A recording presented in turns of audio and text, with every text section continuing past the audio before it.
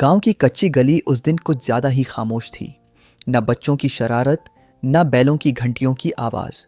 बस राम नाम सत्य है कि धीमी धीमी गूंज और चार कंधों पर रखा एक भला इंसान जो अब इस दुनिया में नहीं था। वो आदमी कोई बहुत बड़ा सेठ नहीं था, लेकिन गांव में उसकी पहचान एक ईमानदार, मेहनती और सबका भला चाहने वाले इंसान की थी, जिसने कभी किसी को खाली हाथ नहीं लौटाया, लेकिन खुद के लिए कभी कुछ नहीं जोड़ा। आज उसी इंसान की अर्थी उसके घर से निकली थी। पीछे पीछे चल रहा था पूरा गांव। कोई उसकी अच्छाइयाँ याद कर रहा था तो कोई उसके साथ बिताए पुराने दिन। चारों बेटे आगे आगे चल रहे थे। चेहरों पर ना आंसू थे, ना कोई पछतावा, बस एक अजीब सा अहंकार, जैसे ये अंतिम संस्कार भी उनकी शान का हिस्सा हो। अर्थी अब भी गांव की सीमा तक ही पहुंची थी कि अचानक रास्ते में एक चमचमाती गाड़ी आकर रुकी। गाड़ी से उतरा गांव का सबसे अमीर सेठ। भारी आवाज में बोला, अर्थी, यहीं रोको। सब लोग चौंक गए। श्मशान जाने वाले रास्ते में ऐसी रुकावट, वो भी इस समय।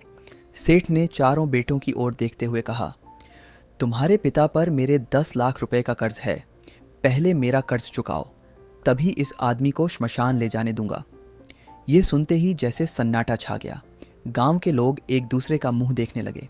किसी को यकीन नहीं हो रहा था कि मौत के बाद भी कोई इंसान का रास्ता रोक सकता है। तभी चारों बेटे आगे बढ़े। उनकी आंखों में शर्म नहीं बल्कि घमंड झलक रहा था। एक ने कहा, हम तुम्हारा कर्ज नहीं देंगे। दूसरा बोला, पिता का कर्ज पिता जाने। तीसरा हंसते हुए बोला, अगर इतना ही हक है तो खुद ही अर्थी उठाकर ले जाओ। चौथा बोला, हमें रोकोगे तो पुलिस बुला लेंगे। उनके शब्द तीर की तरह गांव वालों के दिल में लगे।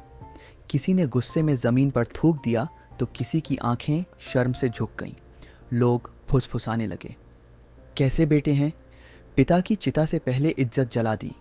उसी समय गांव के दूसरे छोर से एक लड़की दौड़ती हुई आई। सांस फूल रही थी, आंखों से आंसू थम नहीं रहे थे। वो थी उस आदमी की बेटी। ना उसने कुछ सोचा, ना किसी से कुछ पूछा। अपने हाथों से एक एक करके अपने सारे गहने उतारे। चूड़ियाँ, हार, झुमके, अंगूठी और जो थोड़े बहुत पैसे उसके पास थे, सब सेठ के सामने रख दिए। भर्राई हुई आवाज़ में बोली, सेठ जी, अगर इससे आपका कर्ज पूरा नहीं होता तो मैं पूरी ज़िंदगी मेहनत करके आपका एक एक पैसा चुका दूंगी। उसने कांपते हाथ जोड़कर कहा, लेकिन मेरे पिता की अर्थी को जाने दीजिए। वो बहुत नेक इंसान थे। पूरा गांव रो रहा था। हवा तक भारी लगने लगी। सेठ की आंखें भर आईं। वो आगे बढ़ा, बेटी के सामने हाथ जोड़कर खड़ा हो गया। बोला, बेटी, मुझे माफ़ करना।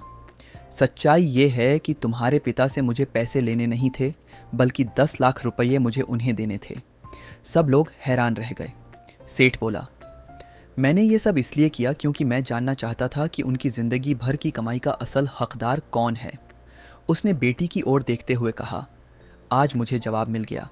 असल वारिस तू है।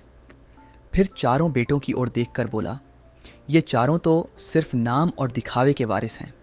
चारों बेटे सिर झुकाए खड़े थे। उनका घमंड टूट चुका था।